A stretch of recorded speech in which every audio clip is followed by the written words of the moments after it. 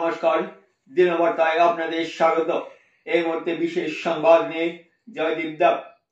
বড়সড় দুর্ঘটনাটিকে রক্ষা পেলেন পথচারীরা, কেননা নিয়ন্ত্রণ হারিয়ে গেলে চালক জনে বিস্ফোরণের উপর উঠিয়ে দেন ডাম্পার।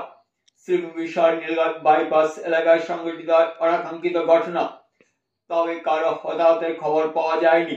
উল্লেখ্য, ডাম্পারের দুর্ঘটনাতে জেলার জনগণ অত্যধিক আতঙ্কিত, কেননা ডাম্পারের জেরে সংঘটিত হচ্ছে ঘন ঘন দুর্ঘটনা। ডাম্পারের দুর্ঘটনা কমাতে প্রশাসনের হস্তক্ষেপ কামনা করেছেন ভুক্তভোগীরা।